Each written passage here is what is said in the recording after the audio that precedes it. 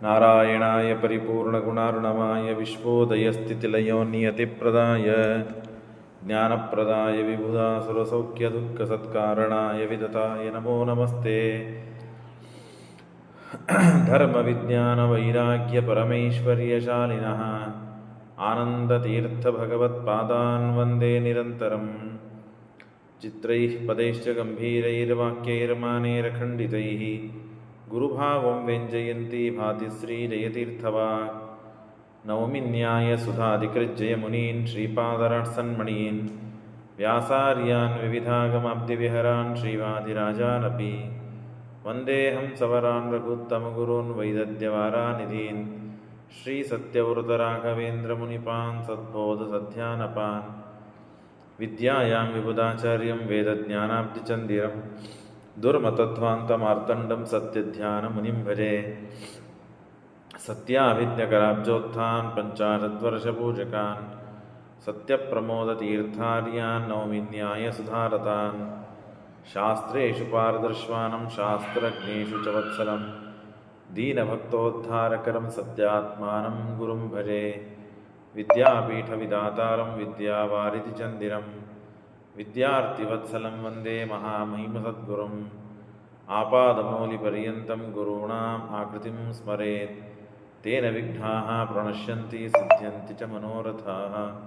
ಶ್ರೀ ಗುರುಭ್ಯೋ ನಮಃ. ಹರಿ ಓಂ. ಮ್ಯೂಟ್ ಮಾಡ್ರಿ, ಜಸ್ಟ್ ಮಾಡ್ರಿ.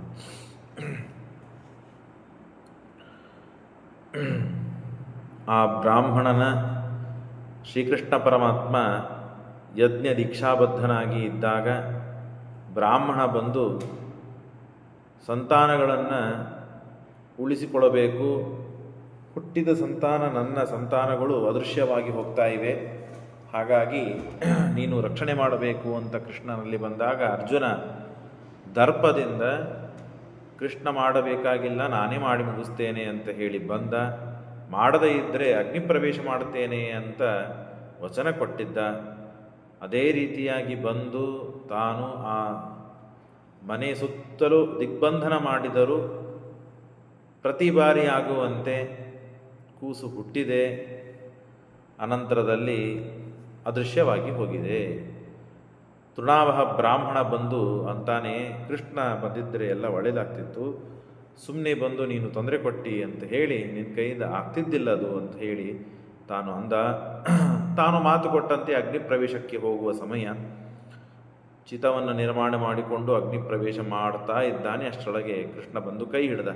ಏನು ಮಾಡ್ತಾ ಇದ್ದಿ, ತಡಿ ಅಂತ ಹೇಳಿ ಆ ಉತ್ತರ ದಿಕ್ಕನ್ನು ಆರಂಭ ಮಾಡಿಕೊಂಡು ಕೃಷ್ಣ ಪರಮಾತ್ಮ ರಥದಲ್ಲಿ, ಬೃಹತ್ತಾದ ರಥದಲ್ಲಿ ಆ ಬ್ರಾಹ್ಮಣನನ್ನು, ತೃಣಾವಹ ಬ್ರಾಹ್ಮಣನನ್ನು ಮತ್ತು ಅರ್ಜುನನನ್ನು ಕೂಡಿಸಿಕೊಂಡು ಒಂದೇ ಕ್ಷಣದಲ್ಲಿ 7 ದ್ವೀಪಗಳು, ಸಪ್ತಸಾಗರ ಸಪ್ತದ್ವೀಪಗಳನ್ನು ದಾಟಿಕೊಂಡು, ಆ ಸಪ್ತಸಾಗರ ಸಪ್ತದ್ವೀಪಗಳೂ ಕೂಡ ಹಾದಿಯನ್ನು ಕೊಟ್ಟಿವೆ ಕೃಷ್ಣನಿಗೆ, ಆ ಕೃಷ್ಣನ ರಥಕ್ಕೆ.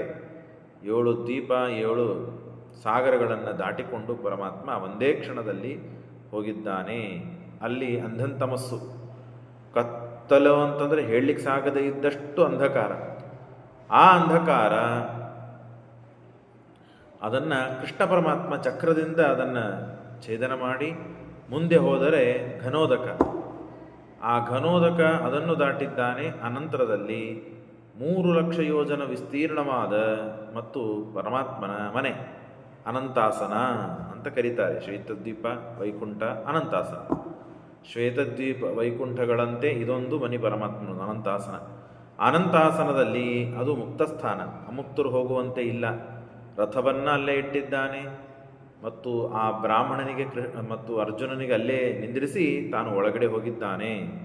ಹೋಗಿ ಸಂಸ್ಥಾಪ್ಯ ದೂರೇ ಸರಥಂ ಸವಿಪ್ರಂ ಪಾರ್ಥಂ ಸ್ವರೂಪೇ 8 ಬಾಹುಗಳಿಂದ ಕೂಡಿಕೊಂಡು ಪರಮಾತ್ಮ ಸಮಸ್ತ ರತ್ನೋಜ್ವಲ ದಿವ್ಯಭೂಷಣೆ ವಿವೇಶ ನಿತ್ಯೋರು ಗುಣಾರ್ಣವೇ ಪ್ರಭು. ಅಲ್ಲಿ ಅನಂತ ಗುಣಗಳಿಂದ ಪೂರ್ಣನಾದ ಭಗವಂತ ಒಳಗೆ ಪ್ರವೇಶ ಮಾಡಿ ನಾರಾಯಣ ರೂಪಕ್ಕೂ, ನಾರಾಯಣ ರೂಪದಿಂದ ಈ ಕೃಷ್ಣ ರೂಪ ಐಕ್ಯವನ್ನು ಪಡೆದಿದೆ. ಒಂದು ಮುಹೂರ್ತ 48 ನಿಮಿಷಗಳ ಕಾಲ ಐಕ್ಯವನ್ನು ಪಡೆದಿದೆ. 1000 ಹೆಡೆಯ ಶೇಷದೇವರಿದ್ದಾರಂತೆ. 1000 ಹೆಡೆಯ ಶೇಷದೇವರು ಹಾಸಿಗೆಯಾಗಿ ಇದ್ದಾರೆ. ಪರಮಾತ್ಮ ಲಕ್ಷ್ಮೀದೇವಿ ಸಮೇತನಾಗಿ ಅಲ್ಲಿ ಅತ್ಯಂತ ಪ್ರಜ್ವಲಿಸ್ತಾ ಇದ್ದಾನೆ. ಭಾರಿ ಬೆಳಕು ಅಂದರೆ ಬೆಳಕು, ಅದನ್ನು ನೋಡಲಿಕ್ಕೆ ಸಾಧ್ಯ ಇಲ್ಲ ಸಾಮಾನ್ಯರಾದವರಿಗೆ. ಅಷ್ಟು ಅದ್ಭುತವಾದ ದಿವ್ಯವಾದಂತಹ ಅದು ಅನಂತಾಸನ. ಸಹಸ್ರ ಮೂರ್ಧನ್ಯರು ಶೇಷ ಭೋಗ ಆಸೀನ ರೂಪೇ ಅಮಿತ ಸೂರ್ಯದೀದಿತವು. ಸೂರ್ಯ ಎಷ್ಟು ಬೆಳಕು ಕೊಡ್ತಾನೆ ಅದನ್ನೇ ನಮಗೆ ಊಹೆ ಮಾಡಲಿಕ್ಕೆ ಸಾಧ್ಯ ಇಲ್ಲ. ಈ ಬ್ಯಾಸಿಗೆ ಬಂದಂತೆ, ಬಿಸಿಲುಗಾಲ ಬಂದಂತೆ ನಮಗೆ ಸ್ವಲ್ಪ ಬಿಸಿಲು ಶಾಖಗಳು ಹೆಚ್ಚಾದಾಗ ಅನುಭವಕ್ಕೆ ಬರ್ತದೆ. ಇಷ್ಟು ದೂರ ನಾವು ಸೂರ್ಯನಿಂದ ಇದ್ದಾಗ, ಸೂರ್ಯನ ಹತ್ತಿರ ಹೋದರೆ ಸೂರ್ಯ ಎಷ್ಟು ಪ್ರಕಾಶ ಕೊಡ್ತಾನೆ ಅಂತನ್ನೋದು ಊಹೆ ಮಾಡಲಿಕ್ಕೆ ಸಾಧ್ಯ ಇಲ್ಲ. ಸೂರ್ಯ ಶಾಖ ಕೊಡ್ತಾನೆ, ಸುಟ್ಟು ಹಾಕ್ತಾನೆ, ಪ್ರಕಾಶ ಅಷ್ಟೇ ಇರೋದಿಲ್ಲ. ಆದರೆ ದೇವರು ಪ್ರಕಾಶಮಯನಾಗಿದ್ದಾನೆ. ಎಷ್ಟು ಅನಂತ ಸೂರ್ಯರ ಕಾಂತಿ ಈ ಕೃಷ್ಣ ಪರಮಾತ್ಮನಿಗೆ ಅಲ್ಲಿ ಇದೆ. ಅಂದರೆ ಭಗವಂತ ನಾರಾಯಣ ರೂಪಿಯಾದ ಭಗವಂತ ಅಲ್ಲಿದ್ದಾನೆ. ಅಷ್ಟು ಪ್ರಕಾಶವನ್ನು ಹರಡಿಸ್ತಾ ರಮಾ ಸಹಾಯೇ ತಟಿದುಚ್ಚಲಾಂಬರೆ ಮುಕ್ತೈಹಿ, ಎಲ್ಲ ಮುಕ್ತರಾದ ಬ್ರಹ್ಮದೇವರಿಂದ, ಒಬ್ಬ ಬ್ರಹ್ಮದೇವರು ಈ ಕಲ್ಪದಲ್ಲಿ ಹಿಂದಿನ ಕಲ್ಪದಲ್ಲಿ ಮುಕ್ತರಾಗಿದ್ದಾರೆ. ಅದರ ಹಿಂದಿನ ಕಲ್ಪದಲ್ಲಿ ಇನ್ನೊಬ್ಬರು ಬ್ರಹ್ಮದೇವರು. ಹೀಗೆ ಎಷ್ಟು ಕಲ್ಪಗಳಾಗಿವೆ? ಅನಂತ ಕಲ್ಪಗಳು. ಹಾಗಾಗಿ ಎಷ್ಟು ಬ್ರಹ್ಮರು ಮುಕ್ತರಾಗಿದ್ದ, ಅನಂತ ಬ್ರಹ್ಮದೇವರು ಮುಕ್ತರಾಗಿದ್ದಾರೆ. ಆ ಎಲ್ಲ ಅನಂತ ಬ್ರಹ್ಮದೇವರು ಮೊದಲು ಮಾಡಿಕೊಂಡು ಸಕಲ ದೇವತೆಗಳು, ಋಷಿಗಳು, ಸಕಲ ಜೀವರಾಶಿಗಳು ಕೂಡ ಪರಮಾತ್ಮನನ್ನು ಸ್ತೋತ್ರ ಮಾಡುತ್ತಾ ಇದ್ದಾರೆ. ಹಾಗಾಗಿ ಅದು ಮುಕ್ತಸ್ಥಾನ. ಮುಕ್ತೈ ವಿರಿಂಚಾದಿಭಿ ಅರ್ಚ್ಯತೆ ಸದಾ ಸ್ಥಿತ್ವೇಕರೂಪೇಣ ಮುಹೂರ್ತಮೀಶ್ವರೋ ವಿನಿರ್ಯಯೋ ವಿಪ್ರಸುತಾನ್ ಪ್ರವೀಕ್ಷ್ಯ. ಆ 4 ಜನ ಮಕ್ಕಳು ಅದೃಶ್ಯರಾಗಿದ್ದರು ಆ ತೃಣಾವಹ ಬ್ರಾಹ್ಮಣನದು. ನಂದ, ಸುನಂದ, ಕುಮುದಾಕ್ಷ ಅಂತ ಹೇಳಿ ಆ 4 ಮಂದಿ ಮತ್ತು ಕೂಸುಗಳನ್ನು ಕೃಷ್ಣ ಸ್ವಲ್ಪ ಹೊತ್ತು ಆದ ಮೇಲೆ ಹೊರಗೆ ಬಂದು, ತಗೋ, ಈ ಕೂಸಿನ ಸಲುವಾಗಿಯೇ ನೀನು ಬಂದು ನನಗೆ ಸಹಾಯ ಕೇಳಿದ್ದು, ನಾ ಯಜ್ಞ ದೀಕ್ಷಾಬದ್ಧನಾದದ್ದರಿಂದ ಅರ್ಜುನ ಬಂದದ್ದು, ಇವೆಲ್ಲ ಸಮಸ್ಯೆ ಆದದ್ದು, ತಗೋ ಅಂತ ಪರಮಾತ್ಮ ಆ ಕೂಸುಗಳನ್ನು ಕೊಟ್ಟು ಒಂದೇ ಕ್ಷಣಕ್ಕೆ ಮತ್ತೆ ಪುನಃ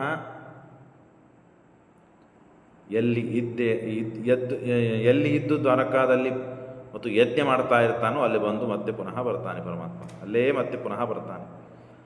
ದರ್ಪಂ ನಿಹಂತುಂ ಹರಿರರ್ಜುನಸ್ಯ ಸಮಾನಯತ್ ವಿಪ್ರಸುತಾನ್ ಪರೇಶಃ ಪ್ರೀತಿರ್ಮಹತ್ಯೇವ ಯತೋರ್ಜುನೇ ಹರೇಃ ಸಂಶಿಕ್ಷಯಾಮಾಸ ತತಸ್ಸ ಏನಂ.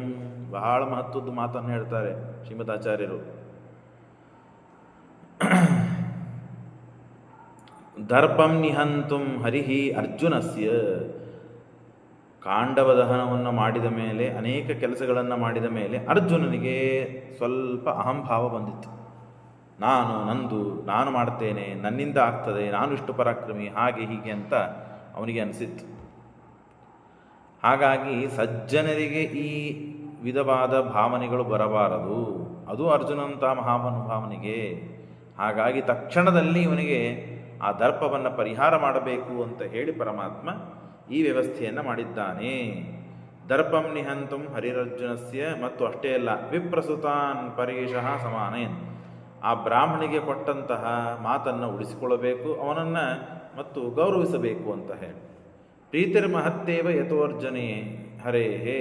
ದುಷ್ಟರು ಪಾಪಗಳನ್ನು ಮಾಡ್ತಾರೆ, ತಪ್ಪುಗಳನ್ನು ಮಾಡ್ತಾರೆ, ಅಹಂಕಾರ ಪಡ್ತಾರೆ, ವಂಚನೆ ಮಾಡ್ತಾರೆ, ಮೋಸ ಮಾಡ್ತಾರೆ, ನೂರಾರು ಕೆಟ್ಟ ಕೆಲಸಗಳನ್ನು ಮಾಡ್ತಾರೆ.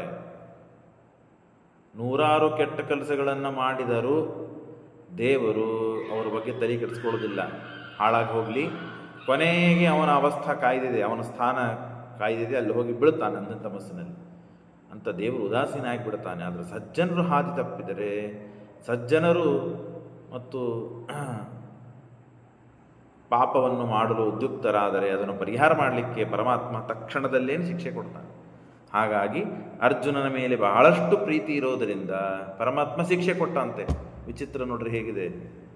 ಶಿಕ್ಷೆ ಕೊಡುವುದು ಯಾರಿಗೆ ಗೊತ್ತಾ? ಪ್ರೀತಿ ಇದ್ದವರಿಗೆ.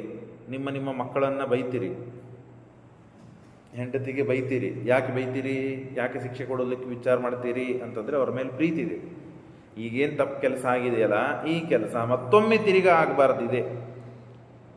ಮತ್ತೊಮ್ಮೆ ಇದರಲ್ಲೇ ಆಸಕ್ತನಾಗಬಾರದವನು. ಹಾಗಾಗಿ ಬೈದು ಬಿಡಿಸಿ ಮುಂದೆ ಹಾದಿಯನ್ನು ತೋರಿಸ್ತೀರಿ. ಹಾಗೆ ದೇವರು ಕೂಡ ಅಷ್ಟು ನಮ್ಮಲ್ಲಿ ಪ್ರೀತಿ ಮಾಡ್ತಾನೆ ಸಜ್ಜನರ ಮೇಲೆ. ಹಾಗಾಗಿ ಆ ಸಜ್ಜನರು ಹಾದಿ ತಪ್ಪಿದ್ದರೆ ಆ ಕ್ಷಣದಲ್ಲೇನೆ ಅವರನ್ನು ದಂಡಿಸಿ ಶಿಕ್ಷಿಸಿ ಮತ್ತೆ ಪುನಃ ಒಳ್ಳೆಯ ಹಾದಿಯನ್ನು ಹಿಡಿಸ್ತಾನೆ. ಇದು ಕೃಷ್ಣ ಮಾಡುವ ಅನುಗ್ರಹ, ದೇವರು ಮಾಡುವ ಅನುಗ್ರಹ. ಅದು ಅರ್ಜುನನ ಮೇಲೆ ಮಾಡಿದ್ದಾನೆ. ಯಾಕೆ? ಅರ್ಜುನ ಅಂದರೆ ಬಹಳ ಇಷ್ಟ ಪರಮಾತ್ಮನಿಗೆ, ಪ್ರೀತಿರ್ ಮಹತ್ಯವ ಯಥೋರ್ಜುನೇ ಹರೇಹೇ ಸಂಶಿಕ್ಷಯಾಮಾಸ ತತಸ್ಸ ಏನಂ. ಅವನನ್ನು ಶಿಕ್ಷೆಯನ್ನು ಕೊಟ್ಟು ಒಳ್ಳೆಯ ಹಾದಿಯಲ್ಲಿ ನಡೆಸಬೇಕು. ಹಾಗಾಗಿ ಈ ವ್ಯವಸ್ಥೆಯನ್ನು ಪರಮಾತ್ಮ ಮಾಡಿದ್ದಾನೆ ಅಂತ ಹೇಳುತ್ತದೆ. ಇಷ್ಟು ನಡೆದಿದೆ. ಅಪ್ರಾಕೃತಾತ್ ಸದನಾತ್ ವಾಸುದೇವೋ ನಿಸೃತ್ಯ ಸೂರ್ಯಾದಿಕ ಲಕ್ಷದೀದಿತೆ ರಥಂ ಸಮಾರುಹ್ಯ ಸಪಾರ್ಥ ವಿಪ್ರಾನ್ ಆಗಾಸುತಾಂಶ್ಚೈವ ದದೋ ದ್ವಿಜಾಯ.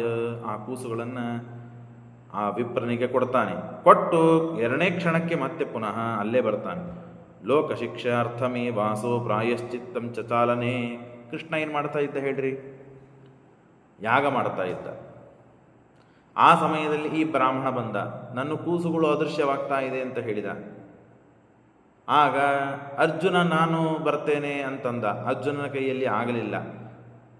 ಅರ್ಜುನ ಆತ್ಮಹತ್ಯೆ ಮಾಡಿಕೊಳ್ಳಬೇಕು, ಈ ಚಿತವನ್ನು ನಿರ್ಮಾಣ ಮಾಡಿಕೊಂಡು ಸುಟ್ಟು ಹೋಗಬೇಕು ಅಂತ ಬಂದಾಗ ಕೃಷ್ಣ ಯಜ್ಞವನ್ನು ಬಿಟ್ಟು ಅರ್ಜುನನ ತಡೆದು ಅನಂತಾಸನದವರೆಗೂ ಕರೆದುಕೊಂಡು ಹೋಗಿ ಅಲ್ಲಿದ್ದ ಕೂಸುಗಳನ್ನು ತಗೊಂಡು ಈ ಬ್ರಾಹ್ಮಣನಿಗೆ ಕೊಟ್ಟ. ಬಹಳ ಸಮಯ ಯಜ್ಞವನ್ನು ಬಿಟ್ಟಿದ್ದ ಭಗವಂತ. ಹಾಗಾಗಿ ಯಜ್ಞ ಮಾಡಬೇಕಾದಾಗ ಯಜ್ಞವನ್ನು ಬಿಡೋದು, ಬೇರೆ ಕಡೆಗೆ ಗಮನ ಕೊಡೋದು, ಲಕ್ಷ್ಯ ಕೊಡೋದು, ಮಾತನಾಡೋದು ಇತ್ಯಾದಿಗಳನ್ನು ಮಾಡಿದರೆ ಕೊನೆಗೆ ನಾವು ಮಾಡ್ತೇವೆ. ಎಲ್ಲ ಹೋಮ ಮುಗಿದ ಮೇಲೆ ಪ್ರಾಯಶ್ಚಿತ್ತ ಹೋಮ ಅಂತ ಇರ್ತದೆ. ಆ ಪ್ರಾಯಶ್ಚಿತ್ತ ಹೋಮವನ್ನು ಹೀಗೆ ನಡುವು ಬಿಟ್ಟರೆ ದೇವರಿಗೆ ಏನೂ ಸಂಬಂಧ ಇಲ್ಲ, ಪುಣ್ಯ ಇಲ್ಲ, ಪಾಪ ಇಲ್ಲ, ಪ್ರಾಯಶ್ಚಿತ್ತ ಇಲ್ಲ, ಏನೂ ಸಂಬಂಧ ಇಲ್ಲ ದೇವರಿಗೆ. ಆದರೂ ಲೋಕಶಿಕ್ಷಾರ್ಥಂ ಏವ ಅಸೌ ಪ್ರಾಯಶ್ಚಿತ್ತಂಚ ಚಾಲನೆ. ಯಜ್ಞ ಬಿಟ್ಟು ಆ ಬ್ರಾಹ್ಮಣನ ಸಂತಾನವನ್ನು, ಕೂಸುಗಳನ್ನು ತಂದು ಕೊಡಬೇಕು ಅನ್ನೋ ಸಲುವಾಗಿ ಏನು ದೇವರು ಹೋಗಿದ್ನಲ್ಲ, ಹಾಗಾಗಿ ಪ್ರಾಯಶ್ಚಿತ್ತವನ್ನು ಮಾಡಿಕೊಂಡಂತೆ ತೋರಿಸಿದ ಭಗವಂತ. ಸಮಾಜ ಹೀಗೆ ಮಾಡುವ ಕರ್ಮದಿಂದ ಚ್ಯುತರಾದರೆ ಪ್ರಾಯಶ್ಚಿತ್ತವನ್ನು ಮಾಡಬೇಕು ಅಂತ ತಿಳಿಸುವುದಕ್ಕಾಗಿ. ಹಾಗಾಗಿ ಹೋಮದಲ್ಲಿ ಪ್ರಾಯಶ್ಚಿತ್ತ ಪ್ರಾರಂಭವಾಯಿತು. ಯಾವುದೇ ಕೆಲಸದಲ್ಲಿ, ಸತ್ಕರ್ಮದಲ್ಲಿ. ಗುರುಗಳನ್ನು ಸ್ತೋತ್ರ ಮಾಡ್ತಾ ಇದ್ದೇವೆ, ದೇವರ ಪೂಜೆ ಮಾಡ್ತಾ ಇದ್ದೇವೆ, ಫೋನ್ ಬಂತು ಅಥವಾ ಯಾರೋ ಬಂದರು, ಎದ್ದು ಹೋಗಿ ಮಾತನಾಡ್ತೇವೆ. ಆಗ ಪ್ರಾಯಶ್ಚಿತ್ತ ಮಾಡಿಕೊಳ್ಬೇಕು. ದೇವರ ಪೂಜೆಯನ್ನು ಬಿಟ್ಟು ಅನಿವಾರ್ಯ ಇರ್ತದೆ ಅಂತ ಹೋಗ್ತೇವೆ ಕೆಲವೊಮ್ಮೆ. ಇಲ್ಲದೇ ಇದ್ದರೆ ಆ ಸಮಯಕ್ಕೆ ಏನೂ ಮಾಡಬಾರ್ದು ಅಂತೆ ಶಾಸ್ತ್ರ. ಚಕ್ರೇ ಸಾರ್ಧ ಮುಹೂರ್ತೇನ ಸಮಾಗಮ್ಯ ಪುನರ್ಮುಖಂ. ಆಗ ಮತ್ತೆ ಎಲ್ಲ ಪ್ರಾಯಶ್ಚಿತ್ತವನ್ನು ಮಾಡಿ ಹೋಮವನ್ನು ಮುಗಿಸಿ ಎಲ್ಲರಿಗೆ ಮತ್ತೆ ಏನೇನು ಕೊಡಬೇಕು ಕೊಟ್ಟಿದ್ದಾನೆ. ಬ್ರಹ್ಮಾದೀನ್ ಆಗತಾಂಶ್ಚೈವ ಸದಾ ಸ್ವಪರಿಚಾರಕಾನ್ ಪೂಜಯಿತ್ವ ಅಭ್ಯನುಜ್ಞಾಯ ಬ್ರಾಹ್ಮಣಾನ್ ಅಪ್ಯಪೂಜಯಿತ. ಕೃಷ್ಣ ಯಾಗ ಮಾಡ್ತಾ ಇದ್ದಾನೆ, ಹಾಗಾಗಿ ಬ್ರಾಹ್ಮಣರಿಗೆ ಪೂಜೆ ಮಾಡ್ತಾನೆ. ಕಾಲು ತೊಳೆದು ಅವರಿಗೆ ಗಂಧಾದಿಗಳನ್ನು ಹಚ್ಚಿ ಹೂವು ಹಾಕಿ ಬ್ರಾಹ್ಮಣ ಪೂಜೆ ಮಾಡಿ ವಸ್ತ್ರಾಲಂಕಾರಗಳನ್ನು ಕೊಟ್ಟು ದಕ್ಷಿಣದಾನ ಕರ್ಮಗಳನ್ನು ಮಾಡ್ತಾನೆ ಪರಮಾತ್ಮ. ಎಲ್ಲ ದೇವತೆಗಳಿಗೆ ಬ್ರಹ್ಮಾದೀನ್ ಆಗತಾಂಶ್ಚೈವ ಸದಾ ಸ್ವಪರಿಚಾರಕಾನ್ ಪೂಜಯಿತ್ವ ಅಭ್ಯನುಜ್ಞಾಯ ಬ್ರಾಹ್ಮಣಾನಪ್ಯಪೂಜಯತ ಪೂಜಯತ. ಮತ್ತು ಸಸ್ನೌ ಅವಭೃತ ಸ್ನಾನ ಮಾಡ್ತಾನೆ. ಆ ಕಲಶಗಳಲ್ಲಿ ಸ್ಥಾಪನೆ ಮಾಡಿರ್ತಾರೆ ದೇವತೆಗಳನ್ನು, ತೀರ್ಥಾಭಿಮಾನಿ ದೇವತೆಗಳನ್ನು. ಅದನ್ನು ಸ್ನಾನ ಮಾಡಿಕೊಳ್ಳಬೇಕು ಅಂತ ಇದೆ ಹೋಮ ಆದ ಮೇಲೆ, ಹವನಾದ ಮೇಲೆ. ಹಾಗಾಗಿ ಎಲ್ಲ ಆ ಕಲಶದಲ್ಲಿದ್ದ ನೀರುಗಳನ್ನು ಪರಮಾತ್ಮ ತಾನು ಹೆಂಡತಿ ಸಮೇತನಾಗಿ ಪರಿವಾರದ ಸಮೇತನಾಗಿ ಪರಮಾತ್ಮ ಅವಭೃತ ಸ್ನಾನ ಮಾಡಿಕೊಳ್ತಾನೆ. ಸಸ್ನೋ ಅಪಭೃತಂ ಕೃಷ್ಣ ಸದಾರ ಸಹೃಜ್ಜನ ಆಯಾಂತಂ ದ್ವಾರಕಂ ಕೃಷ್ಣಂ ಚಕ್ರವಕ್ರೋರುರೋಧ. ಈಗ ಅವಭೃತ ಸ್ನಾನ ಅಂದರೆ ಮೊದಲಿಗೆ ಸ್ವಲ್ಪ ಬಿಸಿನೀರು ಕೂಡಿಸಿ ಪ್ಲಾಸ್ಟಿಕ್ ಬಟ್ಟೆ ತಂದು ಅಲ್ಲೇ ಎಲ್ಲಿ ಮಣಿ ಹಾಕಿ ಅಲ್ಲಿ ಹಾಕಿ ಮುಗಿಸ್ಬಿಡ್ತಾರೆ. ಅವಭೃತ ಸ್ನಾನ ಅಂದರೆ ಥಂಡಿ ಇರಲಿ ಬಿಸಿಲಿರಲಿ ಏನೇ ಇರಲಿ. ವಯಸ್ಸಾಗಿತ್ತು ಭಾಳ, ಪಾಪ ನೀರು ಹಾಕೊಂಡ್ರೆ ಒಣಗಿ ಅದು ನಡಿಗೆ ಹೋಗಿಬಿಡ್ತಾನೆ. ಆದರೆ ಅವಭೃತ ಸ್ನಾನ ಈ ದೊಡ್ಡ ದೊಡ್ಡ ಯಾಗಗಳನ್ನು ಮಾಡಿದಾಗ ಅವಶ್ಯವಾಗಿ ಮಾಡಲೇಬೇಕು. ಹಾಗಾಗೇ ಋತ್ವಿಕರು, ಆಚಾರ್ಯರು ಈ ನೀರನ್ನು ತೆಗೆದುಕೊಂಡು ಅವರಿಗೆ ಪ್ರೋಕ್ಷಣೆ ಮಾಡಿ ನಾಳೆ ನೀವು ಸ್ನಾನ ಮಾಡಬೇಕಾದಾಗ ಇದರಿಂದ ಸ್ನಾನ ಮಾಡಿರಿ ಅಂತ ಹೇಳ್ತಾರೆ. ಆ ಕಾಲಕ್ಕೆ ಆಗದೇ ಇದ್ದ ವೃದ್ಧರಿದ್ದರೆ, ಇಲ್ಲದೇ ಇದ್ದರೆ ದೊಡ್ಡ ಯಾಗಗಳನ್ನು ಮಾಡಿದಾಗ ಅವಶ್ಯವಾಗಿ ಸ್ನಾನ ಮಾಡಬೇಕು. ಕೃಷ್ಣ ಮಾಡಿ ತೋರಿಸಿದ್ದಾನೆ, ನಾನು ಹೇಳೋ ಮಾತಲ್ಲ. ಕೃಷ್ಣ ಮಾಡಿ ತೋರಿಸಿದ್ದಾನೆ. ಅದರಿಂದ ತೀರ್ಥಾದಿ ದೇವತೆಗಳ ಸನ್ನಿಧಾನ ಇರ್ತದೆ, ಆ ತೀರ್ಥ ಸ್ನಾನ ಮಾಡಿದರೆ ಪುಣ್ಯ ಬರ್ತದೆ ಅಂತ ಹೇಳಿಕೊಡ್ತದೆ. ಆಗ ಅಯಂತಂ ದ್ವಾರಕಂ ಕೃಷ್ಣಂ ದಂತವಕ್ರೋ ರುರೋಧ. ಆಗ ದಂತವಕ್ರ ಮತ್ತು ವಿಡುರಥ ಇವರಿಬ್ಬರೂ ಕೂಡಿ ವಿರೋಧವನ್ನು ಮಾಡಲಿಕ್ಕೆ ಬಂದಾಗ ಕೃಷ್ಣ ಗದಾ ಜಗಾನ ಗದಯ ಕೃಷ್ಣ ಕ್ಷಣಾತ್, ಒಂದೇ ಕ್ಷಣದಲ್ಲಿ ಆ ವಿಡುರಥನಾದ ದಂತವಕ್ರನನ್ನು ಗದೆಯಿಂದ ಅಪ್ಪಳಿಸಿ ಅವನನ್ನು ಕೊಂದ ಹಾಕಿಬಿಡ್ತಾನೆ. ಶಿಶುಪಾಲ ದಂತವಕ್ರ ಅಂತ ಏನು ಕೇಳ್ತಿರಲ್ಲ, ಆ ದಂತವಕ್ರ ಇಲ್ಲಿ ಸತ್ತೋಗಿದ್ದಾನೆ. ಹರೇಶ್ಚ ಪಾರ್ಷದ ಕ್ಷಿಪ್ರಂ ಹರಿಮೇವ ಸಮಾಶ್ರಯ ಕೃಷ್ಣೇ ಪ್ರಾಪ್ತೆ ಸಲೋಕಂಚ ನಿಸೃತಾಸ್ಮಾತ್ ಸ್ವರೂಪತಃ. ಎಲ್ಲರೂ ಅಲ್ಲಿ ಮತ್ತೆ ಪುನಃ ತಮ್ಮ ತಮ್ಮ ಊರಿಗೆಲ್ಲ ಹೋಗಿದ್ದಾರೆ. ಯಾಗ ಮುಗೀತು, ಯಜ್ಞ ಮುಗೀತು, ಏನೇನು ಕೊಡಬೇಕಾದದ್ದು ಕೃಷ್ಣ ಎಲ್ಲ ಕೊಟ್ಟ, ಆತಿಥ್ಯ ಮಾಡಬೇಕಾದ್ದು ಮಾಡಿದ, ದಾನ ದಕ್ಷಿಣ ಧರ್ಮಗಳನ್ನೆಲ್ಲ ಮಾಡಿದ, ಬ್ರಾಹ್ಮಣರ ಪೂಜೆ ಮಾಡಿದ, ಅತಿಥಿ ಸತ್ಕಾರಗಳೆಲ್ಲ ಆದು ಹೋಗೋದು. ಎಲ್ಲರೂ ತಮ್ಮ ತಮ್ಮ ಊರಿಗೆ ಮತ್ತೆ ತೆರಳಿದರು. ಹುಷ್ ಅಂತ ಕೃಷ್ಣ ಕೂತಿದ್ದಾನೆ. ಏಕೀಭಾವ ಸ್ವರೂಪೇಣ ದ್ವಾಪರೇಣ ಗಮಿಷ್ಯತಿ. ತತಃ ಕೃಷ್ಣಂ ಪುರೀಂ ಏತ್ಯ ಬೋಧಯಾಮಾಸ ಫಲ್ಗುಣಂ. ಆಗ ದ್ವಾರಕಕ್ಕೆ ಮತ್ತೆ ಪುನಃ ಅವ್ರನ್ನೆಲ್ಲ ಕಳಿಸಿ ಆದಮೇಲೆ ಕೃಷ್ಣ ಬಂದಾಗ ಏಕಾಂತದಲ್ಲಿ ಕೃಷ್ಣ ಇದ್ದಾಗ ಭಾಳ ಮಹತ್ವದ್ದು. ನಿನ್ನೆ ಪಾಠ ಆಯಿತು, ಇವತ್ತು ಮುಂದೆ ಬರುವುದೆಲ್ಲ ಭಾಳ ಮಹತ್ವದ್ದು. ಯಾರಿದ್ದೀರಿ ಸರಿ, ಇಲ್ಲದೇ ಇದ್ದವರು ಅವಶ್ಯ ಇದನ್ನು ಕೇಳ್ರಿ. ಇದಕ್ಕೆಲ್ಲ ಮತ್ತೊಂದು ಪ್ರತ್ಯೇಕ ನಂದು ವಿಡಿಯೋ ಇದೆ, ಅದನ್ನೆಲ್ಲ ಮಾಡಿದ್ದೇನೆ ನಾನು. ಈ ಬ್ರಹ್ಮಾಂಡದ ವರ್ಣನೆ, ಮೇಲಿನ ಲೋಕದೆಲ್ಲ ವರ್ಣನೆಗಳು, 50 ಕೋಟಿ ವಿಸ್ತೀರ್ಣವಾದ ಬ್ರಹ್ಮಾಂಡ, ಅದರ ಮೇಲಿದ್ದ ಜಲತತ್ವ, ಅದರ ಮೇಲೆ ಪೃಥ್ವಿ, ಜಲ, ತೇಜಸ್ಸು, ವಾಯು, ಆಕಾಶ, ಎಷ್ಟೆಷ್ಟು ಎತ್ತರಗಳಿವೆ, ಏನೇನೂ ಎಲ್ಲ ಅದಕ್ಕೆ ಇದೆ ಅಂತನ್ನೋದನ್ನು ಬಹಳ ಅದ್ಭುತವಾಗಿ ಮತ್ತೊಂದು ವಿಡಿಯೋಲಿ ಹೇಳಿ, ಅಲ್ಲೆಲ್ಲ ಪೂರ್ಣವಾಗಿದೆ, ನಾನು ಕಳಿಸ್ತೀನಿ, ಅದನ್ನು ಕೇಳ್ರಿ. ಇಲ್ಲಿ ಸಂಕ್ಷೇಪವಾಗಿ ಶ್ರೀಮದಾಚಾರ್ಯರು ಅದ್ಭುತವಾದ ಕೌಶಲ. ಸಣ್ಣ ಸಣ್ಣ ಶಬ್ದಗಳು ಅದನ್ನು ಒಡೆದರೆ ಇಡೀ ಸಪ್ತದ್ವೀಪ ಸಪ್ತಸಾಗರಗಳು ಎಷ್ಟು ಅಗಲಾಗಬೇಕಲ್ಲ ಅಷ್ಟು ಅರ್ಥ ತುಂಬಿರುತ್ತೆ. ಅಷ್ಟು ಅದ್ಭುತವಾಗಿ ಶ್ರೀಮದಾಚಾರ್ಯರ ವ್ಯಾಖ್ಯಾನ. ಅವರಿಗೆ ಅದ್ಭುತ ಅಂತ ನಾವೇನು ಹೇಳಬೇಕು, 5-6 ಶ್ಲೋಕಗಳಲ್ಲಿ ಇಡೀ ಭೂಗೋಳವನ್ನು ಹೇಳಿ ಮುಗಿಸ್ಬಿಡುತ್ತಾರೆ. ಮುಂದೆ ಸ್ವಲ್ಪ ಒಂದು 5-6 ಶ್ಲೋಕ ಆದ ಮೇಲೆ ಮತ್ತೆ ಅದನ್ನು ಹೇಳ್ತಾರೆ, ಖಗೋಲವನ್ನು ಹೇಳ್ತಾರೆ. ಅಂದರೆ ಮೇಲಿನ 7 ಲೋಕಗಳು, ತಳಗಿನ 7 ಲೋಕಗಳು, 14 ಲೋಕಗಳಿಂದ ಕೂಡಿದ ಈ ಬ್ರಹ್ಮಾಂಡವನ್ನು ವರ್ಣನೆ ಮಾಡ್ತಾರೆ. ಇದಕ್ಕೆಲ್ಲ ಅರ್ಥ ಮಾಡಿಕೊಳ್ಳಿಕ್ಕೆ ಭಾಗವತ ಬೇಕು, ಭಾಗವತ ತಾತ್ಪರ್ಯ, ಸಕಲ ಶಾಸ್ತ್ರಗಳ ಅಧ್ಯಯನ ಇದ್ದರೆ ಈ ಶ್ರೀಮದಾಚಾರ್ಯರ 5-6 ಶ್ಲೋಕಗಳ ಆ ಎಲ್ಲ ಭಾವದಿಂದ ತುಂಬಿದ ಶಬ್ದಗಳನ್ನು ನಾವು ನೋಡಿದರೆ ಅರ್ಥವಾದಂತೆ ಆಗ್ತದೆ, ಪೂರ್ಣವಾಗಿ ಅರ್ಥ ಆಗುವುದಿಲ್ಲ. ಹಾಗಾಗಿ ಏನು ನೋಡಿದ್ವಿ ನಾವು, ಕೃಷ್ಣ ನನ್ನನ್ನು ಕೈ ಹಿಡಿದು ಇಷ್ಟೇ ಗೊತ್ತಾಯಿತು ನನಗೆ. ಯಾವಾಗ ಆತ್ಮಹತ್ಯೆ ಮಾಡ್ಕೋಬೇಕು ಅಂತ ಚಿತಾ ನಿರ್ಮಾಣ ಮಾಡಿಕೊಂಡಿದ್ದೆ ನಾನು. ಬೆಂಕಿಯಲ್ಲಿ ಪ್ರವೇಶ ಮಾಡಬೇಕು, ಅಗ್ನಿಯಲ್ಲಿ ಪ್ರವೇಶ ಮಾಡಬೇಕು ಅಂತ. ಆಗ ಬಂದು ನನ್ನನ್ನು ತಡೆದು ರಥದಲ್ಲಿ ಕೂಡಿಸಿಕೊಂಡು ಕರ್ಕೊಂಡು ಹೋದಿ. ಎಲ್ಲಿ ಹೋದ್ವಿ, ಏನಾಯಿತು, ಏನೂ ಗೊತ್ತೇ ಆಗಲಿಲ್ಲ ನನಗೆ ಅಂದ ಅರ್ಜುನ ಹೇಳ್ತಾ ಇದ್ದಾನೆ, ದೇವೇಂದ್ರ ಅವನು. ನಮ್ದೆಲ್ಲ ಪರಿಸ್ಥಿತಿ ಸಂಬಂಧೇ ಇಲ್ಲ ಇದಕ್ಕೇನು. ಏನಾಯಿತು ಅಂತನೂ ಶ್ರೀಮದಾಚಾರ್ಯ ಬಿಡಿಸ್ತಾರೆ, ಹೇಳ್ತಾರೆ. ಅದನ್ನು ಅರ್ಥ ಮಾಡಿಕೊಳ್ಳೋದು, ತಿಳಿದುಕೊಳ್ಳೋದಷ್ಟೇ ನಮ್ಮದು.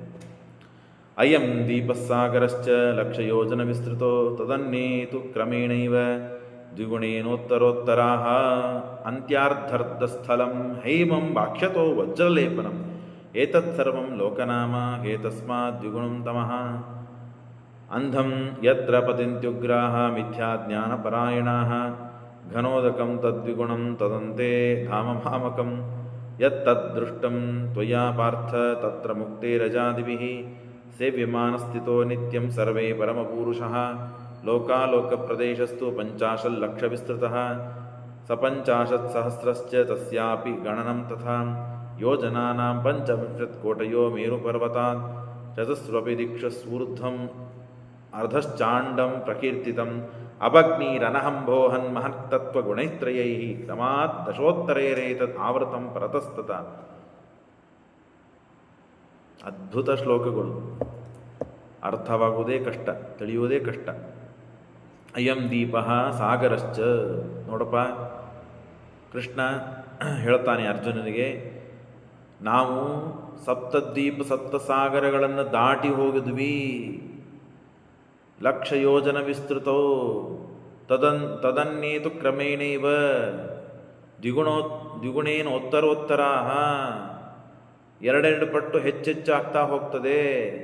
ಅದಾದ ಮೇಲೆ ಬಂಗಾರದ ಭೂಮಿ, ಸಪ್ತದ್ವೀಪಗಳು ಸಪ್ತಸಾಗರಗಳು ದಾಟಿ ಆದ ಮೇಲೆ ಬಂಗಾರದ ಭೂಮಿ.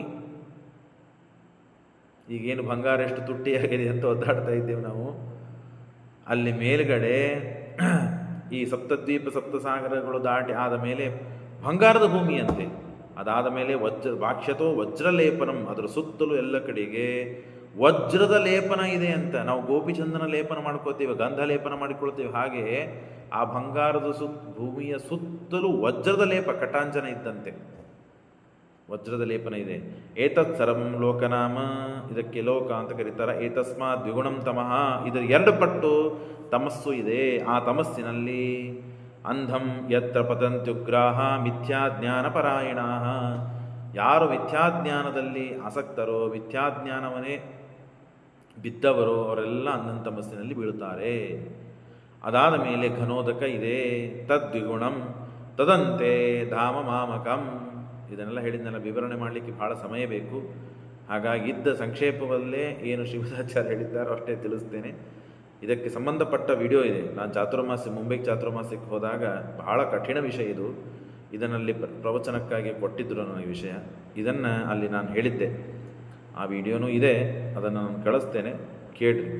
ಯಾಕಂದರೆ ಒಂದೂವರೆ ತಾಸು, 2 ತಾಸು, ಕದಾಚಿತ್ 3 ತಾಸುಗಳು ಬೇಕಾಗ್ತದೆ. ಅಷ್ಟು ವಿವರಣೆ ಬೇಕಿದ್ದಕ್ಕೆಲ್ಲ. ಇನ್ನು ಏತತ್ ಸರ್ವಂ ತದಂತೆ ಮಾಮಧಾಮಕ, 3 ಲಕ್ಷ ಯೋಜನೆ ವಿಸ್ತೀರ್ಣವಾದಂತಹದ್ದು ನನ್ನ ಅನಂತಾಸನ, ಶ್ವೇತದ್ವೀಪ, ಅನಂತಾಸನ, ವೈಕುಂಠ ಅಂತ ಹೇಳಿ 3 ನನ್ನ ಮನೆಗಳಿವೆ. ಅದರಲ್ಲಿ ಅನಂತಾಸನ. ಹಾಗಾಗಿ ಅಲ್ಲಿ ಮುಕ್ತರಾದ ಅಜಾದಿಗಳು ಇರ್ತಾರೆ, ಬ್ರಹ್ಮಾದಿ ದೇವತೆಗಳೆಲ್ಲರೂ ಇರ್ತಾರೆ. ಯತ್ತದೃಷ್ಟಂ ತ್ವಯಾ ಪಾರ್ಥ ತತ್ರ ಮುಕ್ತೈರಜಾದಿಭಿಃ ಸೇವ್ಯ. ಒಬ್ಬ ಬ್ರಹ್ಮದೇವರು, ಇಬ್ಬರು ಬ್ರಹ್ಮದೇವರಲ್ಲ, ಅನಂತ ಬ್ರಹ್ಮದೇವರಿರ್ತಾರೆ, ಅನಂತ ವಾಯುದೇವರಿರ್ತಾರೆ, ಅನಂತ ಶೇಷದೇವರಿರ್ತಾರೆ, ಅನಂತ ಗರುಡದೇವರಿರ್ತಾರೆ. ಎಲ್ಲ ಜೀವರಾಶಿಗಳು ಅನಂತ ಇದ್ದಂತೆ ಒಬ್ಬ ಬ್ರಹ್ಮದೇವರು, ಇಬ್ಬರು ಬ್ರಹ್ಮದೇವರಲ್ಲ, ಅನಂತ ಬ್ರಹ್ಮದೇವರು ಆ ಮುಕ್ತರಲ್ಲಿ. ಯಾಕೆ? ಅನಂತ ಕಲ್ಪಗಳಿಂದ ಬ್ರಹ್ಮದೇವರು ಮುಕ್ತರಾಗ್ತಾನೇ ಇದ್ದಾರೆ. ಇಂದ್ರಾದಿ ದೇವತೆಗಳೆಲ್ಲ ಮುಕ್ತರಾಗ್ತಾ ಇದ್ದಾರೆ. ಆ ಎಲ್ಲ ದೇವತೆಗಳು ತಳಗೆ, ಅಂದರೆ ಅಮುಕ್ತರಾದ ದೇವತೆಗಳು ಹೇಗಿದ್ದಾರೋ ಹಾಗೆ ಮುಕ್ತರಾದ ಎಲ್ಲ ದೇವತೆಗಳು ಅನಂತರಿದ್ದಾರೆ, ಜೀವರಾಶಿಗಳು ಅನಂತರ ಇದ್ದಾರೆ. ಹಾಗಾಗಿ ಮುಕ್ತದಲ್ಲಿ ಇದ್ದ ಜೀವರಾಶಿಗಳು ಎಷ್ಟು ಅಂದರೆ ಅನಂತ. ಆ ಅನಂತ ಜೀವರಾಶಿಗಳಿಂದ ಪರಮಾತ್ಮ ಸದಾ ಸ್ತುತ್ಯನಾಗಿ ಇದ್ದಾನೆ. ಅದಾದ ಮೇಲೆ ಲೋಕಾಲೋಕ ಪ್ರದೇಶ 50 ಲಕ್ಷ ವಿಸ್ತೃತ, ಲೋಕಾಲೋಕ ಪರ್ವತ ಇದೆ, ಪ್ರದೇಶ ಇದೆ. ಅಲ್ಲಿ 50 ಲಕ್ಷ ವಿಸ್ತೃತವಾದದ್ದು. ಮತ್ತು 50 ಸಹಸ್ರಶ್ಚ ತಸ್ಯಾಪಿ ಗಗನಂ ತಥಾ ಯೋಜನಾನಾಂ ಪಂಚವಿಂಶತ್ ಕೋಟೆಯೋ ಮೇರು ಪರ್ವತಾತ್. ಹೀಗೆ ಅಲ್ಲೆಲ್ಲ ಹೇಳಿ ಅದಾದ ಮೇಲೆ ಪೃಥ್ವಿ ತತ್ವ ಆಮೇಲೆ ಜಲತತ್ವ ತೇಜಸ್ಸು, ವಾಯು, ಆಕಾಶ, ಕಾಲ. ಪೃಥ್ವಿ ತತ್ವ, ಪೃಥ್ವಿ, ತೇಜಸ್ಸು, ವಾಯು, ಆಕಾಶ. ಅದಾದ ಮೇಲೆ ಸತ್ವಗುಣ, ರಜೋಗುಣ, ಮಹತ್ತತ್ವ. ಅಲ್ಲಿ ಅಹಂಕಾರ ತತ್ವ ಇದೆ, ಅಹಂಕಾರದೊಳಗೂ 3 ಇವೆ. ಅದಾದ ಮೇಲೆ ಮಹತ್ತತ್ವ ಆದಮೇಲೆ ಸತ್ವರಜಸ್ತಮೋ ಗುಣಗಳು. ಅದಾದಮೇಲೆ ಪ್ರಕೃತಿ ತತ್ವ ಆದ ಮೇಲೆ ಅನಂತವಾದ ಅವ್ಯಾಕೃತ ಆಕಾಶ. ಅವಗ್ನಿರನಹಂಭೋಹನ್ ಮಹತ್ ತತ್ವ ಗುಣತ್ರಯೈ ಕ್ರಮಾತ್ ದಶೋತ್ತರೇರೇ ತತ್. ಎಷ್ಟೆಷ್ಟು ಯೋಜನ ದೊಡ್ಡದಿದೆ, ಇದಕ್ಕೆ ಅದಕ್ಕೆ ಎಷ್ಟು ಪಟ್ಟು ಹೆಚ್ಚಿದೆ, ಅದನ್ನೆಲ್ಲ ಲೆಕ್ಕ ಕೊಟ್ಟಿದ್ದಾರೆ. ಪೃಥ್ವಿ ತತ್ವಕ್ಕಿಂತ ಜಲತತ್ವ ಎಷ್ಟಿದೆ, ಜಲತತ್ವಕ್ಕಿಂತ ತೇಜಸ್ತತ್ವ ಎಷ್ಟು ದೊಡ್ಡದಿದೆ, ತೇಜಸ್ತತ್ವಕ್ಕಿಂತ ಮತ್ತು ವಾಯುತತ್ವ, ಆಕಾಶತತ್ವ, ಅಹಂಕಾರ ತತ್ವ, ಸತ್ವಗಜಸ್ತಮೋಗುಣಗಳು, ಮಹತ್ತತ್ವ, ಪ್ರಕೃತಿ ತತ್ವ, ಎಲ್ಲ ತತ್ವಗಳು ಒಂದಕ್ಕಿಂತ ಎಷ್ಟು ಪಟ್ಟು ಹೆಚ್ಚು ದೊಡ್ಡವಿವೆ ಅಂತನ್ನೆಲ್ಲ ವಿವರಣೆ ಕೊಟ್ಟಿದ್ದಾರೆ. ಹಾಗಾಗಿ ಕ್ರಮಾತ್ ದಶೋತ್ತರೇರೇ ತತ್, 10 ಪಟ್ಟು ಹೆಚ್ಚಿವೆ. ಆವೃತಂ ಪರತಸ್ತತ. ಹಾಗಾಗಿ ಎಷ್ಟು ದೊಡ್ಡದಿದೆ ಬ್ರಹ್ಮಾಂಡ ಅಂತನ್ನೋದನ್ನು ಏನು ಹೇಳಬೇಕು? 14 ಲೋಕಾತ್ಮಕವಾದ, ಅಂದರೆ ವಾಯುದೇವರ ದೇಹ ಮಹತ್ತತ್ವದವರೆಗಿದೆ. ಪರಮಾತ್ಮ ಹೇಳುತ್ತಾನೆ, ಈ ಇಡೀ ಬ್ರಹ್ಮಾಂಡದಲ್ಲಿ ಕಣಗಳಲ್ಲಿ ನಾನು ತುಂಬಿ ಇದ್ದೇನೆ, ವ್ಯಾಪ್ತನಾಗಿ ಇದ್ದೇನೆ. ಈ ಸ್ಥಳದಲ್ಲಿ ನಾನು ಇಲ್ಲ, ಈ ಸ್ಥಳದಲ್ಲಿ ಇದ್ದೇನೆ. ಧಾರವಾಡದಲ್ಲಿ ಇದ್ದರೆ ಬೆಂಗಳೂರದಲ್ಲಿಲ್ಲ, ಹುಬ್ಬಳ್ಳಿಯಲ್ಲಿದ್ದರೆ ಧಾರವಾಡದಲ್ಲಿಲ್ಲ. ನಾವು ಇಲ್ಲಿ ವಿದ್ಯಾಪೀಠದಲ್ಲಿ ಕೂತಿದ್ರೆ ನಿಮ್ಮಲ್ಲೇನಿಲ್ಲ, ನಿಮ್ಮ ಮನೆಯಲ್ಲಿದ್ದರೆ ನೀವು ಇಲ್ಲಿ ವಿದ್ಯಾಪೀಠದಲ್ಲಿಲ್ಲ. ಹೀಗೆಲ್ಲ ಇಲ್ಲ. ದೇವರು ಅಣುರೇಣು ತೃಣಕಾಷ್ಟ ಪರಿಪೂರ್ಣನಾಗಿ ಇದ್ದಾನೆ ಗೋವಿಂದ ಅಂತ ಏನು ಹೇಳ್ತಾರಲ್ಲ, ಅದಿದೇ ಸಿದ್ಧಾಂತ, ಇದೇ ವಿಷಯ. ಪರಿಪೂರ್ಣ ತುಂಬಿದ್ದಾನೆ ಭಗವಂತ. ಅವನು ಇಲ್ಲದೇ ಇದ್ದ ಸ್ಥಳನೇ ಇಲ್ಲ. ವ್ಯಾಪ್ತಃ ಅಹಂ ಸರ್ವಗಃ ಅನಂತಃ, ಅನಂತನಾಗಿದ್ದಾನೆ. ಅನಂತ ರೂಪ. ಪರಮಾತ್ಮನಿಗೆ ಎಷ್ಟು ರೂಪಗಳಿವೆ? ಪ್ರತಿನಿತ್ಯ ಈ ಶ್ಲೋಕವನ್ನು ನಾವು ಉಪಾಸನೆ ಮಾಡಬೇಕು, ಅನ್ನಬೇಕು. ಮಂಗಳಾರತಿ ಮಾಡ್ತಾ ಇದ್ದಾಗ, ಚಾಮರವನ್ನು ಹಾಕ್ತಾ ಇದ್ದಾಗ, ಧ್ಯಾನಕ್ಕೆ ಕೂತಾಗ, ದೇವರ ಮುಂದೆ ಕೂತಾಗ, ದೇವರ ಪ್ರತಿಮೆಯನ್ನು ನೋಡಿದಾಗ, ವೆಂಕಟೇಶ ದೇವರನ್ನು ಕಾಣುವಾಗ, ನರಸಿಂಹದೇವರನ್ನು ಕಾಣುವಾಗ, ರಾಮದೇವರನ್ನು ಕಾಣುವಾಗ, ಎಲ್ಲಿ ನಾವು ಹೋಗಿ ಯಾವ ದೇವರ ಪ್ರತಿಮಾ ಅಥವಾ ನಮ್ಮ ಮನೆಯಲ್ಲಿ ಪೂಜೆಯನ್ನು ಮಾಡುವಾಗ ಭಗವಂತನನ್ನು ಕಾಣ್ತೇವೋ, ಕಾಣುವಾಗ ಅಥವಾ ಜಪವನ್ನು ಮಾಡಬೇಕಾದಾಗ ಈ ಶ್ಲೋಕಗಳಿಂದ ದೇವರನ್ನು ಅಂದು ಉಪಾಸನೆ ಮಾಡಬೇಕು. ದೇವರು ಎಷ್ಟಿದ್ದಾನೆ? ಅನಂತನಾಗಿದ್ದಾನೆ. ದೇವರ ರೂಪಗಳೆಷ್ಟಿವೆ? ಅನಂತವಾಗಿವೆ. ದೇವರ ತಲೆಗಳೆಷ್ಟಿವೆ? ಅನಂತವಾಗಿದೆ. ದೇವರ ಕಣ್ಣು ಎಷ್ಟು? ಅನಂತ. ದೇವರ ಪಾದ ಎಷ್ಟು? ಅನಂತ. ದೇವರ ಕೈಗಳೆಷ್ಟು? ಅನಂತ. ದೇವರ ಗುಣಗಳೆಷ್ಟು? ಅನಂತ. ದೇವರ ಮಹಾತ್ಮೆ ಎಷ್ಟು? ಅನಂತ. ದೇವರ ಶರೀರ ಎಂಥದ್ದು? ಚಿದಾನಂದ, ಸಚ್ಚಿದಾನಂದ ವಿಗ್ರಹ ಪರಮಾತ್ಮ ಅಂತ ಹೇಳ್ತಾ ಇದೆ ಈ ಶ್ಲೋಕ. ಕೇವಲ ಶಬ್ದವನ್ನಷ್ಟೇ ಹೇಳೋದು ಹೊರತು ಶಬ್ದದಿಂದ ತೋರಿದ ಅರ್ಥಾನುಸಂಧಾನ ಬರುವುದು, ಅದು ಮನವರಿಕೆಯಾಗುವುದು, ಅದರಿಂದ ಏನು ಆನಂದ ಆಗುವುದಿದೆಯಲ್ಲ, ಅದು ಬಹಳ ಕಠಿಣ ಇದೆ. ಅದಕ್ಕೆ ಉಪಾಸನೆ ಮಾಡಿ ಮಾಡಿ ಮಾಡಿ ಮಾಡಿ ಮಾಡಿ ನಾವು ರೂಢಿ ಮಾಡಿಕೊಂಡರೆ ಸ್ವಲ್ಪ ಏನೋ ನಮಗೆ ಆದಂತೆ ಆಗ್ತದೆ. ಅದು ಮಹಾನುಭಾವರಿಗೆ, ದೊಡ್ಡವರಿಗೆ, ಜ್ಞಾನಿಗಳಿಗೆ ಆಗಲಿಕ್ಕೆ ಸಾಧ್ಯ. ವ್ಯಾಪ್ತೋಹಂ ಸರ್ವಗೋ ಅನಂತೋ ಅಂತರೂಪೋ ಅನಂತರಃ ಅನಂತ ಶೀರ್ಷೋ ಅನಂತಾಕ್ಷೋ ಅನಂತಪಾದಕರೋರುಗಃ ಅನಂತ ಗುಣ ಮಾಹಾತ್ಮ್ಯ ಚಿದಾನಂದ ಶರೀರಗಃ ಮದ್ವಶ ಏವ ಸರ್ವೇಪಿ. ಹಾಗಾಗಿ ತುಂಬಿ ನಾನು ಇದ್ದೇನೆ. ಅನಂತ ಜೀವರಾಶಿಗಳಿದ್ದಾರೆ. ಲಕ್ಷ್ಮೀದೇವಿ ಮೊದಲು ಮಾಡಿಕೊಂಡು ಸಕಲ ಜೀವರಾಶಿಗಳು ಎಲ್ಲರೂ ನನ್ನ ವಶ, ನನ್ನ ಅಧೀನರು, ನನ್ನ ಅಧೀನನಾಗಿದ್ದಾರೆ. ಮದ್ವಶ ಏವ ಸರ್ವೇಪಿ ತ್ವಂಚ ಅರ್ಜುನ, ನೀನು ಅನ್ಯೇಚ ಬೇರೆಯವರೆಲ್ಲರೂ ಮದ್ವಶರಾಗಿದ್ದಾರೆ. ನಿನಗೇನಿಗೆ ಜ್ಞಾನ ಬರ್ತಾ ಇದೆ, ಏನು ನಿನಗೆ ಶಕ್ತಿ ಬಲ ಇದೆ, ಏನು ತೇಜಸ್ಸು ಇದೆ, ಏನು ಸತ್ತಾಪ್ರತೀತಿ ಪ್ರವೃತ್ತಿಗಳಿವೆ, ಏನೇ ನಿನ್ನಲ್ಲಿ ಅದ್ಭುತ ಅಂತಿದೆ, ಅದೆಲ್ಲ ನನ್ನ ಅನುಗ್ರಹದಿಂದ, ನನ್ನ ಪ್ರಸಾದದಿಂದ. ನಿನಗಷ್ಟೇ ಅಲ್ಲ, ಜಗತ್ತಿನಲ್ಲಿ ಯಾರಿಗೆ ಏನೇ ವಿಚಿತ್ರವಾದ ಅನುಗ್ರಹವಾಗ್ತದೆ, ಅದ್ಭುತವಾದ ಕೆಲಸಗಳನ್ನು ಮಾಡ್ತಾರೆ ಅಂತಂದರೆ ಅದು ನನ್ನ ದಯ, ನನ್ನ ಅನುಗ್ರಹದಿಂದ. ಮನುಷ್ಯರು, ಜೀವರಾಶಿಗಳು ಬದುಕ್ತಾರೆ ಅಂದರೆ ಅದು ನನ್ನ ಅನುಗ್ರಹದಿಂದ. ಶ್ವಾಸೋಚ್ಛ್ವಾಸಗಳನ್ನು ಮಾಡ್ತಾರೆ ಅಂದರೆ ನನ್ನ ಅನುಗ್ರಹದಿಂದ. ಏನೇ ಮಾಡ್ತಾರಂದ್ರೆ ಅದು ನನ್ನ ಅನುಗ್ರಹದಿಂದ. ಮತ್ ಪ್ರಸಾದಚ್ಚ ಬಲಂ ಚೈವ ವಿಜಯ. ನೀನೀಗ ಗೆದ್ದೆ, ಕಾಂಡವವನವನ್ನು ಗೆದ್ದೆ, ನೀನೇನು ಮಾಡ್ತಿ? ರುದ್ರದೇವರಂತಹ ರುದ್ರದೇವರು ಶಿಲೋಪಮೋಭೂತ್. ದೇವರು ಒಳಗಿನ ಇದ್ದು ಪ್ರೇರಣೆ ಮಾಡಲಿಲ್ಲ ಅಂತ ಆದರೆ ಕಲ್ಲಾಗಿ ಬಿದ್ರಂತೆ. ವಾಯುದೇವರನ್ನ ಪರಮಾತ್ಮ ಹೇ ವಾಯು ಬಾಯಿಲಿ, ಬ್ರಹ್ಮದೇವರನ್ನ ಬಾಯಿಲಿ, ಆಕಳಾಗು ಅಂದರೆ ಆಕಳಾಗಿ ಬಿದ್ದರವರು. ಲಕ್ಷ್ಮೀದೇವಿ ಚಾಬುಕಾಗಿ ಬಿದ್ದಿದ್ದಾಳೆ. ಆ ಕುದುರೆ ಲಗಾಮಾಗುವ ಹಗ್ಗಾಗಿ ಬಿದ್ದಾಳೆ. ಶ್ರೀನಿವಾಸ ಕಲ್ಯಾಣದಲ್ಲಿ ಕೇಳ್ತೀರಿ ನೀವು. ದೇವರು ಜಡವನ್ನು ಚೇತನನ್ನಾಗಿ ಮಾಡ್ತಾನೆ. ಚೇತನವಾದ ಲಕ್ಷ್ಮೀದೇವಿಯನ್ನೂ ಕೂಡ ಸಣ್ಣ ವಸ್ತುವನ್ನು ಮಾಡಿ ಪರಮಾತ್ಮ ತಾ ಸೇವೆಯನ್ನು ಉಪಯೋಗ ಮಾಡ್ತಾನೆ. ಇಷ್ಟು ಅದ್ಭುತವಾದ ಪರಮಾತ್ಮನ ಮಹಿಮೆ. ಹಾಗಾಗಿ ವಿಜಯಶ್ಚಾಗಿಲಾಗುಣ ತಸ್ಮಾನ್ನ ವಿಸ್ಮಯ ಕಾರ್ಯ. ಸ್ವಕ್ಕು ಪಡಬೇಡ ಅರ್ಜುನ, ದರ್ಪ ಪಡಬೇಡ. ನನ್ನಿಂದ ಆಯಿತು, ನಾನು ಮಾಡ್ತೇನೆ. ಇದೆಲ್ಲ ಯಾರಿಗೆ ಉಪದೇಶ? ಅರ್ಜುನನಿಗೆ ಉಪದೇಶ. ಅರ್ಜುನನಿಗೆ ಸೊಕ್ಕು ಬಂದಿತ್ತು. ಬ್ರಾಹ್ಮಣರ ಮಕ್ಕಳನ್ನು ನಾನು ರಕ್ಷಣೆ ಮಾಡ್ತೇನೆ, ಕೃಷ್ಣನಿಗೂ ಆಗದೇ ಇದ್ದ ಕೆಲಸ ಅದು ನಾನು ಮಾಡ್ತೇನೆ ಅಂತಂದ. ನೀನೇನು ಮಾಡ್ತೀಯೋ ಅರ್ಜುನ? ನಿನ್ನ ಕಡೆಯಿಂದ ಏನೂ ಮಾಡ್ಲಿಕ್ಕೆ ಸಾಧ್ಯವಿಲ್ಲ. ಹಾಗಾಗಿ ತಸ್ಮಾನ್ನ ವಿಸ್ಮಯ ಕಾರ್ಯೋ ನ ದರ್ಪಶ್ಚ ಮಯಾನಘ ಮನ್ಮನಾ ಭವ. ನನ್ನಲ್ಲಿ ಮನಸ್ಸಿಡು, ಹೆಚ್ಚು ಮನಸ್ಸು ನನ್ನಲ್ಲಿ ಇಡು. ಬೇರೆ ಕಡೆಗೆ ಅನಾಸಕ್ತನಾಗು, ನನ್ನಲ್ಲಿ ಆಸಕ್ತಿಯನ್ನು ವಹಿಸು. ನನ್ನಲ್ಲಿ ನನ್ನ ಭಕ್ತನಾಗು. ಮನ್ಮನಾ ಭವ ಮದ್ಭಕ್ತ.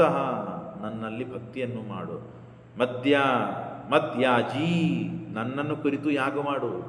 ಯಾವುದೇ ಕರ್ಮಗಳನ್ನು ಮಾಡಿದರೆ ನಾವು ಮಾಡ್ತಾ ಇರ್ತೇವೆ, ಬೇಕಾದಷ್ಟು ಹಣ ಖರ್ಚು ಮಾಡ್ತೇವೆ, ಶ್ರಮ ಪಡ್ತೇವೆ, ಎಲ್ಲ ಕಾಲಹರಣ ಮಾಡ್ತೇವೆ, ಎಲ್ಲ ಸಮಯ ಶ್ರಮ ಆಗಲಿ, ಸಮಯ ಆಗಲಿ, ಹಣ ಆಗಲಿ, ಅಥವಾ ಜನ ಹೋಗಬಾರ್ದು, ಏನೇನು ಮಾಡಬೇಕಾದದ್ದೆಲ್ಲ ಮಾಡ್ತೇವೆ. ಆದರೆ ದೇವರ ಅನುಸಂಧಾನದಿಂದ ಮಾಡೋದಿಲ್ಲ, ದೇವರು ಮಾಡಿಸ್ತಾ ಇದ್ದಾನೆ ಅಂತ ಮಾಡೋದಿಲ್ಲ, ಎಲ್ಲವೂ ದೇವರದಂತೂ ಮಾಡೋದಿಲ್ಲ. ಹಾಗಾಗಿ ಮಾಡಿದ್ದೆಲ್ಲ ವೇಸ್ಟ್ ಅಂತಾಗ್ತದೆ. ಆಗ ಮೊದಲೇ ನಿತ್ಯ ಮಾಡುವ ಕರ್ಮ, ಸಂಧ್ಯಾವಂದನ ಕ್ರಿಯೆಯಿಂದ ಹಿಡಿದುಕೊಂಡು ರಾತ್ರಿ ಮಲಗುವವರೆಗೆ ಮಾಡುವ ಎಲ್ಲ ಕ್ರಿಯೆಗಳನ್ನೂ ಕೂಡ ಇವತ್ತು ಭಗವಂತನ ಅನುಗ್ರಹದಿಂದ ಈ ಕೆಲಸಗಳನ್ನು ನಾನು ಮಾಡಿದೆ, ಒಳ್ಳೆಯ ಕರ್ಮಗಳನ್ನು ದೇವರೇ ನನ್ನಲ್ಲಿ ನಿಂತು ಮಾಡಿಸಿದ. ಹಾಗಾಗಿ ಆ ಎಲ್ಲ ಒಳ್ಳೆಯ ಕರ್ಮಗಳು, ಸತ್ಕರ್ಮಗಳು ದೇವರಿಗೆ ಸಮರ್ಪಣೆ ಮಾಡುತ್ತೇನೆ ಅಂತ ಹೇಳಿ ಸಮರ್ಪಣೆ ಬುದ್ಧಿಯಿಂದ ಎಲ್ಲ ಕರ್ಮಗಳನ್ನು ಮಾಡಿ ಸಮರ್ಪಣೆ ಮಾಡು. ಮಧ್ಯಾಜೀಮಾಂ ನಮಸ್ಕುರು ಮಾಮೇ ಏಷ್ಯತಿ ಸತ್ಯಂಚೆ. ಯಾಕೆ ನನ್ನಲ್ಲಿಗೆ ನನಗೆ ಮಾಡು ಅಂತ ಯಾಕೆ ಹೇಳ್ತಾ ಇದ್ದೇನೆ ಅಂದರೆ, ನಾನೇ ನಿನ್ನನ್ನು ಉದ್ಧಾರ ಮಾಡುವನು. ಇನ್ನೇನು ಬೇಕು ಹೇಳ್ರಿ, ದೇವರಿಷ್ಟೆಲ್ಲ ಹೇಳ್ತಾ ಇದ್ದಾನೆ. ನಾನೇ ನಿನಗೆ ಮೋಕ್ಷ ಕೊಡುವನು. ಮಾಮೇ ಏಷ್ಯತಿ ಸತ್ಯಂತೆ ಪ್ರತಿಜಾನಿ ಪ್ರಿಯವಸಿಮೆ. ಮತ್ತು ನೀನು ನನಗೆ ಅತ್ಯಂತ ಪ್ರೀತಿಪಾತ್ರನು ಅರ್ಜುನ. ಹಾಗಾಗಿ ನೀನು ಸೊಕ್ಕು ಬಿಡು, ಅಹಂಕಾರ ಬಿಡು, ನನ್ನಲ್ಲಿ ಶರಣಾಗತಿಯನ್ನು ಹೊಂದು ನನ್ನ ಭಕ್ತನಾಗು, ನನ್ನಲ್ಲಿ ಮನಸ್ಸಿಡು, ಹೊರತು ನೀನು ನಂದು ಅಂತ ಅನಬೇಡ ಅಂತ ಹೇಳಿ ಇಷ್ಟೆಲ್ಲ ಹೇಳಿದಾಗ ತಂಡ ಹೊಡೆದಿದ್ದಾನೆ, ದಿಕ್ಕು ತಪ್ಪಿಬಿಟ್ಟಿದ್ದಾನೆ ಅರ್ಜುನ, ಗಾಬರಿಯಾಗಿ ನಿಂತು ಬಿಟ್ಟಿದ್ದಾನೆ. ವಿಶ್ವರೂಪವನ್ನು ನೋಡಿ ಹೇಗೆ ದಿಗಲಾದ್ನಲ್ಲ, ಹಾಗೆ ಪರಮಾತ್ಮವನ್ನೆಲ್ಲ ತೋರಿಸಿ ಹೇಳಿದ್ದಕ್ಕೆ ಗಾಬರಿ ಆಗಿ ದೇವರಲ್ಲಿ ಶರಣಾಗತಿಯನ್ನು ಹೊಂದಿ ದೇವರ ಮಹಿಮಾ ಎಂಥದ್ದು ಏನು ಅಂತನ್ನೋದನ್ನು ಅರ್ಜುನನ ಯೋಗ್ಯತಾನುಸಾರವಾಗಿ ಅರ್ಜುನ ಅರ್ಥ ಮಾಡಿಕೊಂಡು ತಕ್ಷಣದಲ್ಲಿ ತಾನು ಕುಸಿದು ಬಿದ್ದು ಪರಮಾತ್ಮನ ಪಾದಕ್ಕೆ ನಮಸ್ಕಾರ ಮಾಡಿ ಶರಣಾಗತಿಯನ್ನು ಹೊಂದಿದ್ದಾನೆ. ಇತ್ಯುಕ್ತ ಪ್ರಣಿಪತ್ತೇನಂ ಕ್ಷಮಸ್ವೇತ್ಯಾಹ ಫಲ್ಗುಣಃ. ಭಗವಂತ ಕೃಷ್ಣ, ನಾವು ಮಾಡೋದೇ ಅಪರಾಧಕ್ಕಾಗಿ ಮಾಡ್ತೇವೆ ಎಲ್ಲವನ್ನು. ನಾವಿದ್ದದ್ದೇ ಅಪರಾಧ ಮಾಡಲಿಕ್ಕೆ, ನೀನು ಇದ್ದದ್ದೇ ಕ್ಷಮೆ ಮಾಡಲಿಕ್ಕೆ. ಹಾಗಾಗಿ ನಾನು ಸೊಕ್ಕುಪಟ್ಟದ್ದು, ಅಹಂಕಾರ ಪಟ್ಟದ್ದು ಬಹಳ ತಪ್ಪಾಯಿತು. ಅದು ನಿನ್ನ ಮೇಲೆ, ನಿನ್ನನ್ನು ಹೀಯಾಳಿಸಿ, ನಿನ್ನನ್ನು ತಿರಸ್ಕಾರ ಮಾಡಿ ನಾನು ಅಂದದ್ದು ಬಹಳ ತಪ್ಪಾಯಿತು. ಹಾಗಾಗಿ ನನ್ನನ್ನು ಕ್ಷಮಿಸು ಅಂತ ಹೇಳಿ ಕೃಷ್ಣ ಪರಮಾತ್ಮನ ಇಷ್ಟೆಲ್ಲ ಉಪದೇಶ, ಅನುಗ್ರಹ, ಅವನಿಗೆ ತಿಳುವಳಿಕೆ ಹೇಳಿ ಆದ ಮೇಲೆ ಕೃಷ್ಣ ಪರಮಾತ್ಮನಿಗೆ ಕ್ಷಮೆಯನ್ನು ಕೇಳಿ ಪರಮಾತ್ಮನ ಅನುಗ್ರಹವನ್ನು ಮತ್ತೆ ಪುನಃ ಪಡಿತಾನೆ. ಶ್ರೀಕೃಷ್ಣ ಅರ್ಪಣಮಸ್ತು.